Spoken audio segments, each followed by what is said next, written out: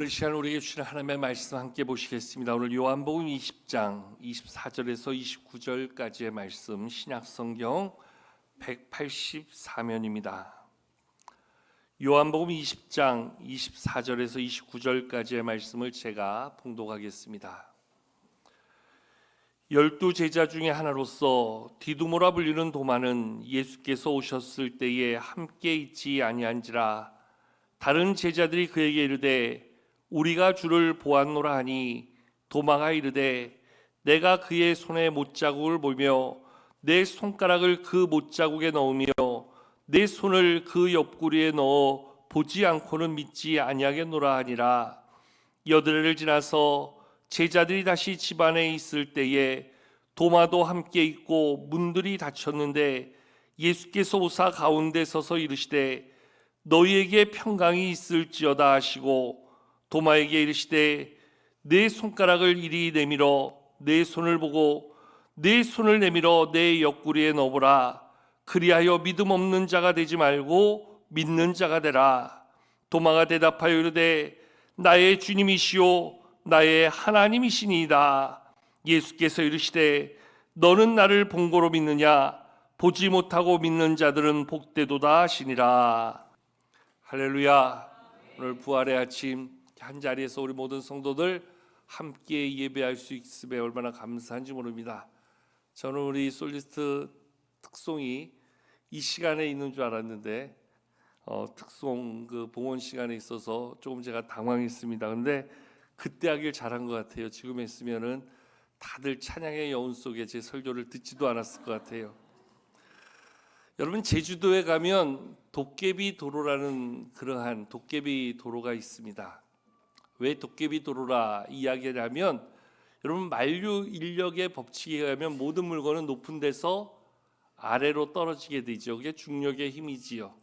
그런데 이 도깨비 도로에서는 그 길에다가 작은 구슬 같은 거를 놓으면 이게 그 중력에 의해서, 만류 인력 법칙에 의해서 높은 데서 밑으로 가는 게 당연한데 보면 낮은 데서 높은 곳을 향해서 이게 굴러간다는 거예요. 그 이야기를 듣고 한번 제주도를 갔을 때 그곳을 방문해서 차에 있는 음료 캔 하나를 바닥에 놓아본 적이 있습니다. 또로록 굴러갑니다. 어느 방향으로 올라갔을까요? 높은 지대에 있는 쪽으로 정말 도깨비처럼 홀리게 이렇게 올라가더라고요. 이상해서 집어서 다시 몇 번을 놨더니 몇 번 다 계속 똑같이 그렇게 높은 지대를 향해서 올라가는 겁니다. 신기하다. 진짜 여기는 도깨비가 사는 데인가 보다 하고 봤더니 그 옆에 안내 팻말이 하나 있는데 거기에는 그 구슬이 낮은 데서 높은 곳으로 가는 게 아니라 그곳이 원래는 지대가 낮은데 우리가 볼 때에 그곳이 높아 보이는 착시 현상에 의해서 우리가 그렇게 느끼게 된다는 거예요. 실제는 그쪽이 더 낮다는 거예요. 그러니까 글로 굴러간다는 거죠. 그런데 우리가 볼 때는 거기가 높아 보인다는 겁니다. 그러니까 우리가 보이는 기준으로 하면 도깨비 도로가 맞는 거지요. 그런데 실질적으로 그 땅을 자세하게 살펴보면 우리가 엄청난 착시 가운데 혼동하게 되는 도로다. 그렇게 팻말에 써져 있는 걸 보고서 그러한 그 모습을 이해할 수 있게 되었습니다. 여러분, 우리는 눈에 보이는 대로 보려고 하고 눈에 보이는 대로 믿으려고 하고 우리의 눈에 인식되는 대로 그것을 인정하고 살려고 합니다. 오늘 말씀에 나오는 예수님의 12 제자 가운데 하나인 도마가 바로 그런 모습을 우리 가운데 보여주고 있습니다. 사실 12 제자 가운데 베드로, 야고보, 요한을 제외한 다른 제자들은 사실 성경에 그렇게 큰 존재감이 없는 제자들이지요.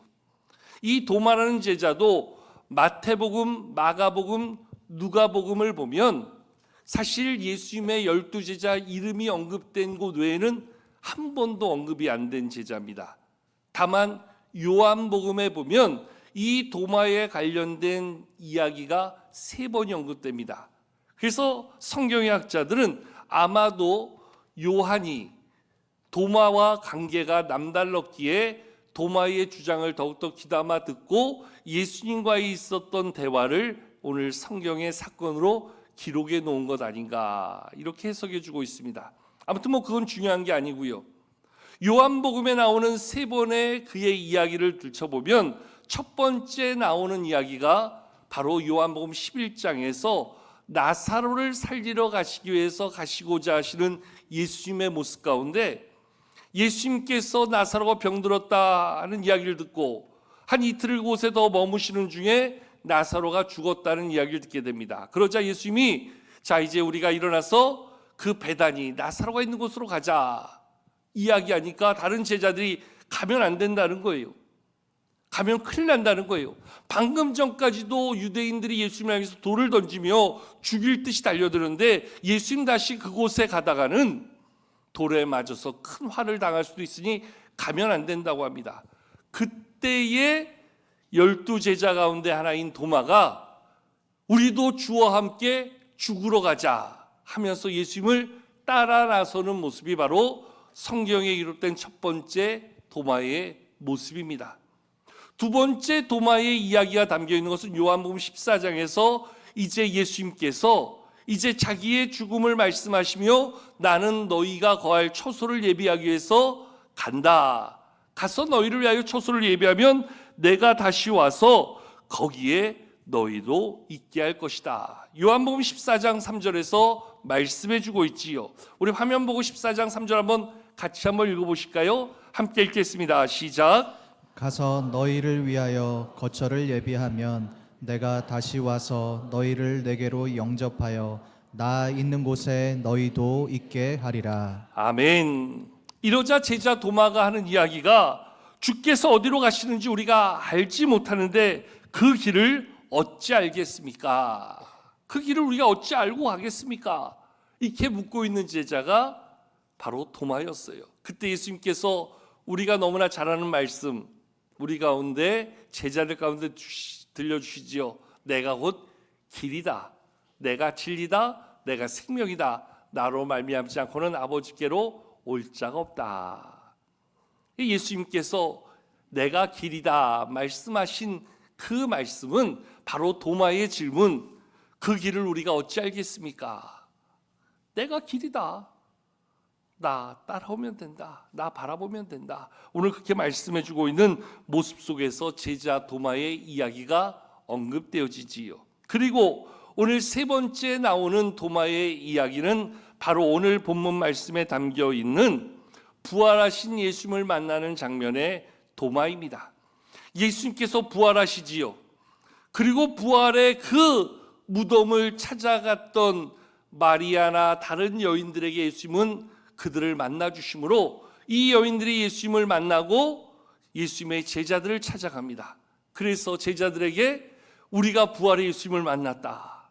그러니까 제자들의 반응이 어땠어요? 그래? 진짜 예수님 부활하셨어?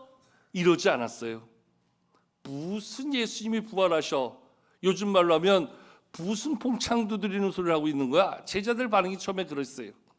근데 예수님께서 직접 부활하셔서 제자들에게 두 번째 나타나시지요.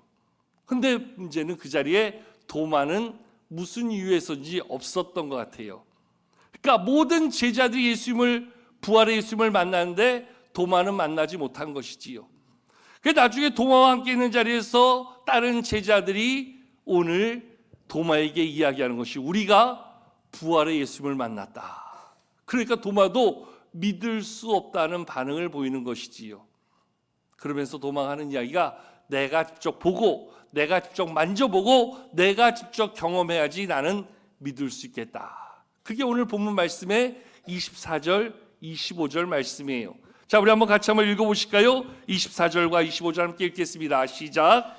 12제자 중에 하나로서 디드모라 불리는 도마는 예수께서 오셨을 때에 함께 있지 아니한지라.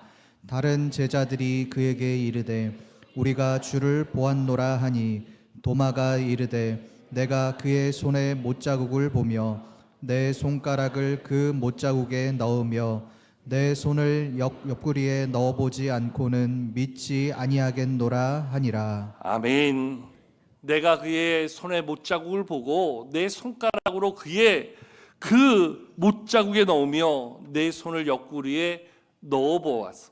그분이 예수님인 것을 내가 확인하여야지만 나는 믿을 수 있겠다. 이렇게 이야기하는 거지요. 한마디로 이야기하면 나는 믿을 수 없다는 거예요. 너네들 말 못 믿겠다는 거예요. 너네들 집단으로 지금 다 나 놀리려고 하는 말이지. 이렇게 반응하고 있다는 거지요. 한마디로 의심하는 자, 도마의 모습을 보여주고 있는 것이지요. 여러분, 사실 우리가 도마를 이야기하지만 앞서 언급한 것처럼 다른 모든 제자들도 똑같았어요. 오늘 살아가는 우리도 똑같을 수밖에 없지요. 내 눈으로 보지 않았는데, 내 손으로 만져보지 않았는데, 내가 직접 내 삶에 경험하지 않았는데 어떻게 예수님의 부활을 말하고 그것을 믿고 신뢰할 수 있겠는가? 사실 쉽지 않은 이야기지요. 어쩌면 오늘 우리는 다 불확실한 믿음 가운데 살아갈 수밖에 없는 자들이라 그렇게 우리의 모습을 이야기할 수밖에 없습니다. 미국의 유명한 천문학자 칼 세이건 박사라는 분이 있습니다. 이분은 골수암에 걸려서 62세의 나이에 세상을 떠나게 되는데요. 그는 평상시에 그가 주장하는 가장 커다란 그 주장은 이런 내용입니다.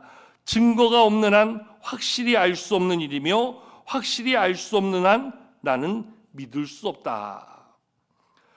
증거가 없는 것을 내가 어떻게 알 수 있으며 내가 알지 못하는데 어찌 그것을 믿겠냐는 거예요.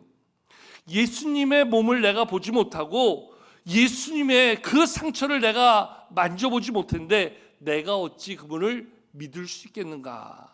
도마의 이야기가 사실 같은 맥락의 이야기를 주장하고 있는 것이지요.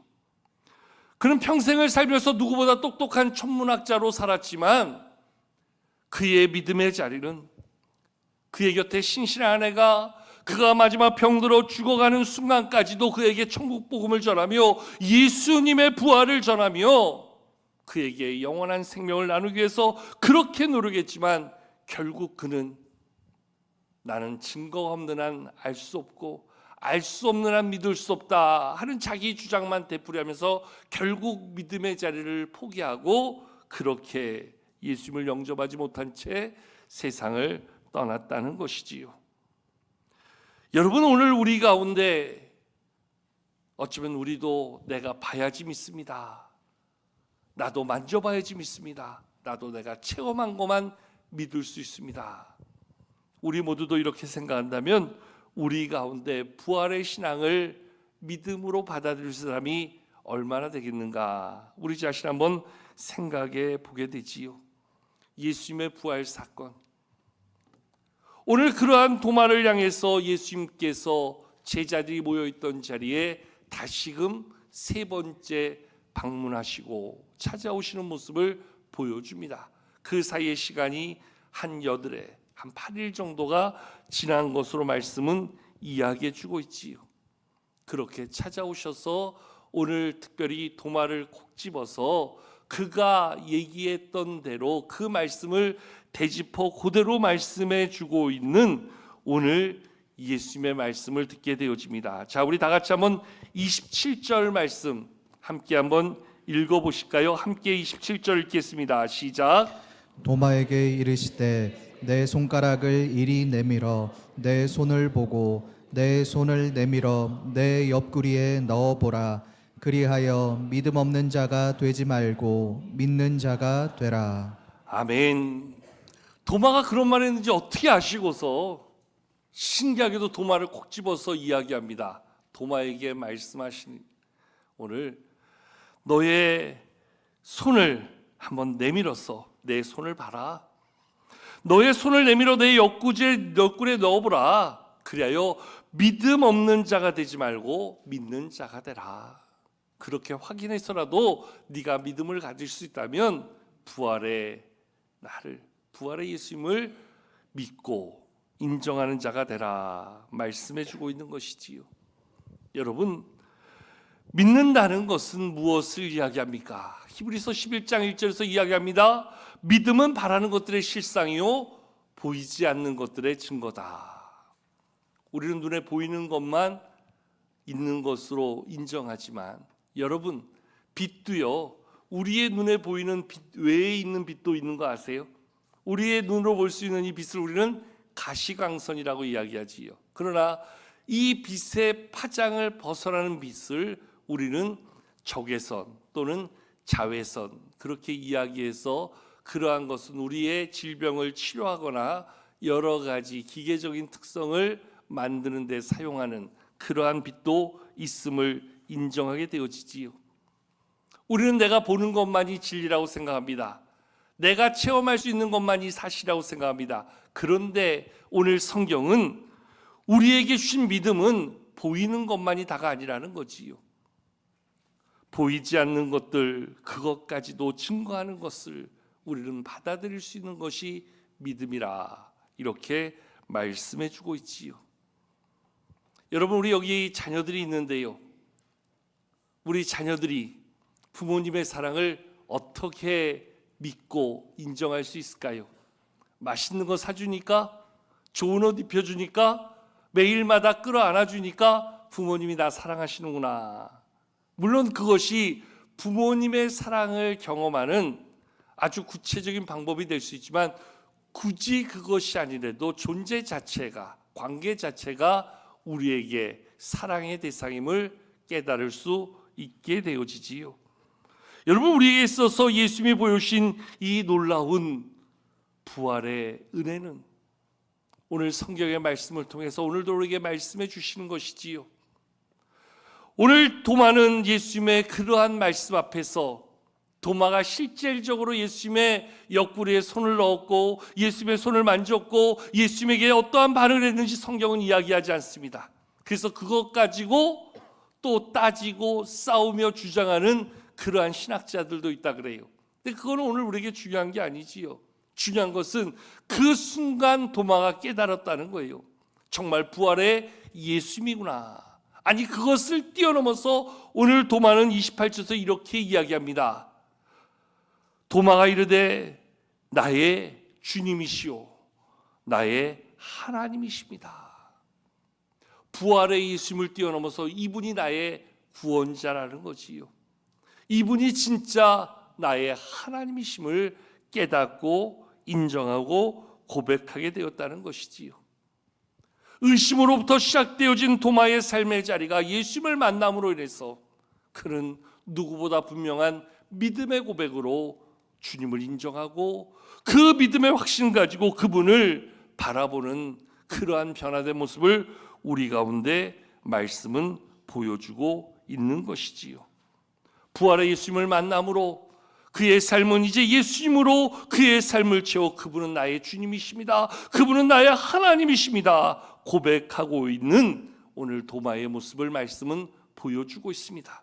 바라옵기는 오늘 이 부활절 예배에 오늘도 예배를 통하여 말씀을 통하여 우리 찬양대 칸타타를 통하여 오늘도 우리의 서로의 고백을 통해서 이 부활의 예수님을 직접 만나고 경험하고 고백할 수 있는 은혜가 우리 가운데 있기를 축복합니다.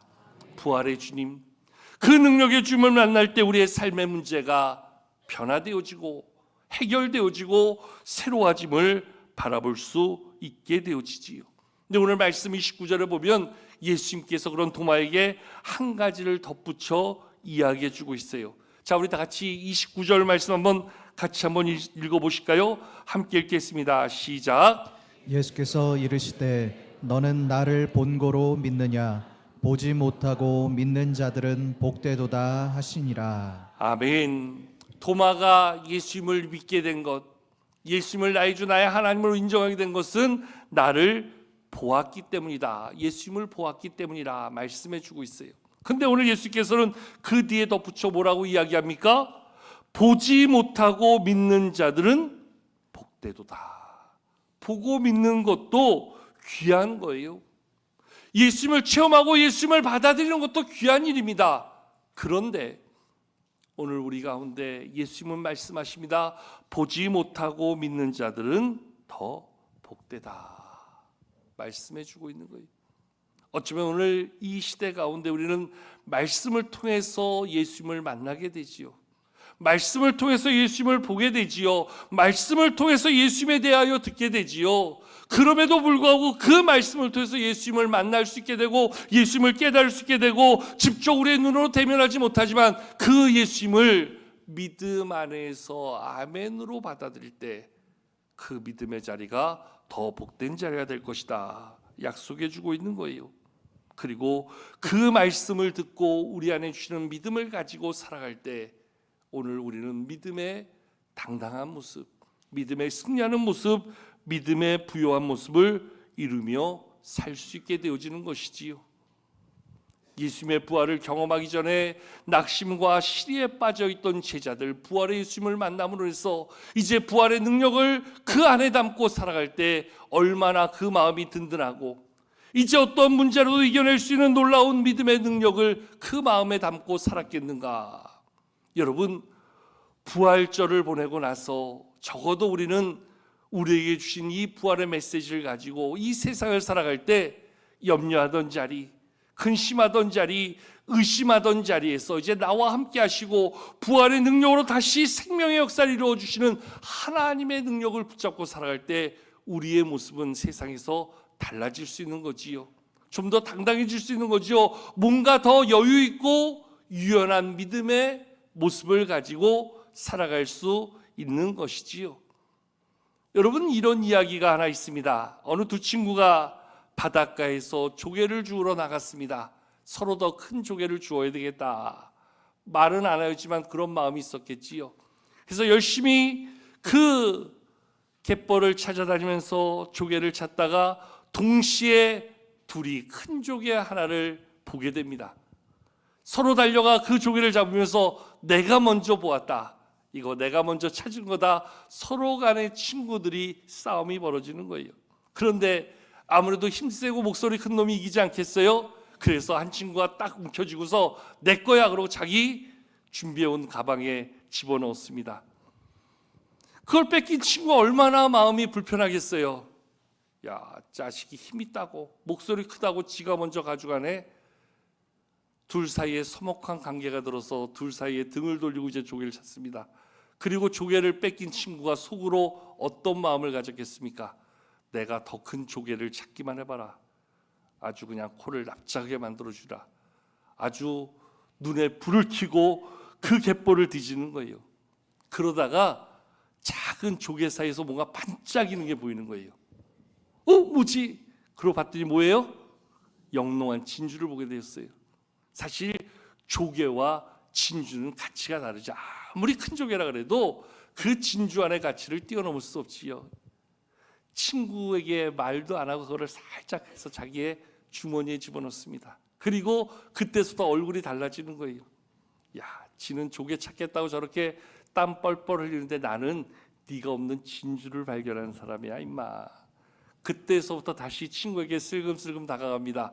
그리고서 친구의 그 가방을 보니까 그 큰 조개와 더불어 작은 조개 몇 개가 있는데 아이고 저거 주웠다고 저렇게 뻐기고 있네. 나는 주머니에 임마 진주가 있는 사람이야. 그리고 진주를 손 넣어서 만지작거립니다. 그러다 같이 제 친구 옆에서 그냥 이제는 죽는 둥 마는 둥 설렁설렁 하는데 갑자기 또 그 옆에 이따만한 조개 하나를 발견하게 된 거예요. 어떻게 됐을까요? 진주를 준 친구가 진주를 손에 딱 쥐고 너 가져. 그래, 네가 오늘 조개 많이 주워라. 친구한테 양보해주고 배려해주고 그 조개를 주면서 이 친구는 속으로 모르는 거예요. 미쳤나 얘가.